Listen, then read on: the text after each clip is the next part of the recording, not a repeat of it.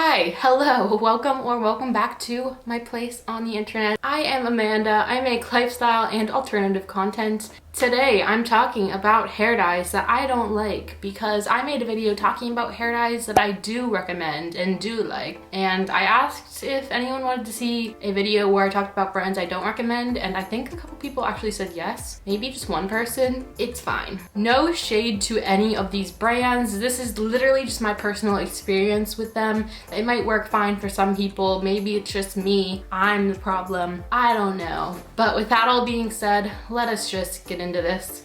I also have some coupon codes for the hair dyes that I do recommend linked in the description. I have it there every time just because people always ask me about my hair. So you can get some good hair dyes there. But anyway, the first hair dye that I don't recommend is Lime Crime.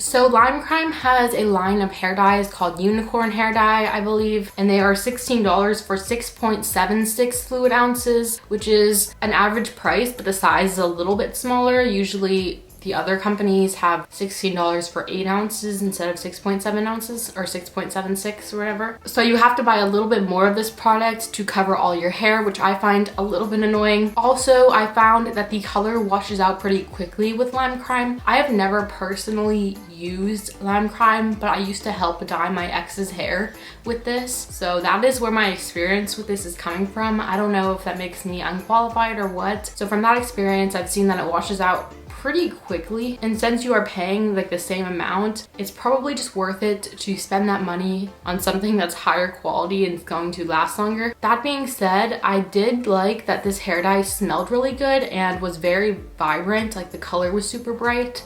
So that was good. Just the pricing and the amount you get for the price and the fact that it washes out so quickly is why I can't recommend this. But overall, they're not like a bad brand per se. Like, it'll get the job done. It's just not gonna be like quality tier.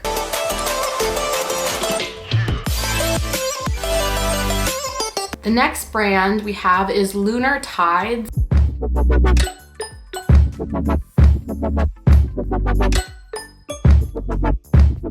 I've only used a couple of their purple and blue colors back when I had purple and blue hair, but their prices are even worse. Their hair dyes are $11.99 for 4 ounces. So that's half of what you get for brands like Arctic Fox or Overtone. If we were to double that price to compare them based on the amount that you're getting, it would be like $22, whereas the other brands are like $16 to $18. So not only is it pretty expensive, but you also have to buy more of these in order to cover all of your hair. What I found was that the color was not vibrant whatsoever with the periwinkles and like purples that I was using. It did not show up bright.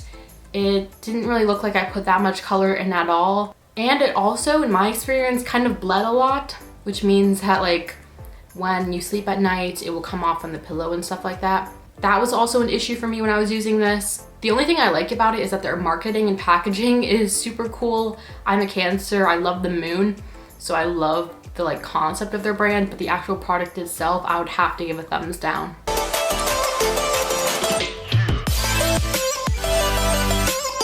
The final brand is one that I have used recently, actually, just a couple days ago, and this is the Adore Semi-Permanent Hair Color that I found on Amazon because it was super cheap. The normal companies that I shop for from hair dye had a couple colors that were sold out, so I figured like while I was waiting for them to get restocked, I might as well try this cheap company on Amazon that actually had the colors in stock that I wanted. Their prices, they're $6.35 for 4 ounces with a slightly different price depending on the colors, which is super cheap because it turns out to be around $12, $13 for 8 ounces. The thing that I found the most annoying was the consistency. The consistency was very runny and watery and not at all like a regular hair dye or any hair dyes that I have used so far. Another thing is that the colors don't always match what they're supposed to be.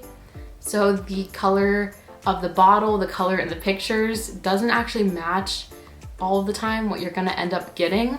Sometimes it's a little bit off, at least in my experience. My color was a little bit off. I actually mixed together pink and orange and it turned out completely orange. So I'm not really sure how that happened, but overall this brand is just not good quality whatsoever. So I think in this instance you do get what you pay for, and it will work to some extent. Like obviously it did dye my hair, just not the color that I wanted. So it's good if you're like really on a budget and want to dye your hair. But yeah, so like I said before, all the hair dyes I do recommend, Arctic Fox, Overtone, and Good Dye Young, are always linked down below with some coupon codes if you want to get like 10% off, I think. If you have any other hair dye brands that you recommend or don't recommend, leave them in the comments below. Help other people out, help me out. Also, make sure to give this video a thumbs up and subscribe down below if you liked it. And I will see you next time.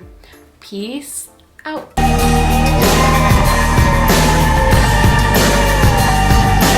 We're sticking together out bright. I was gonna say, why is no one replied to my Instagram story saying I look cute?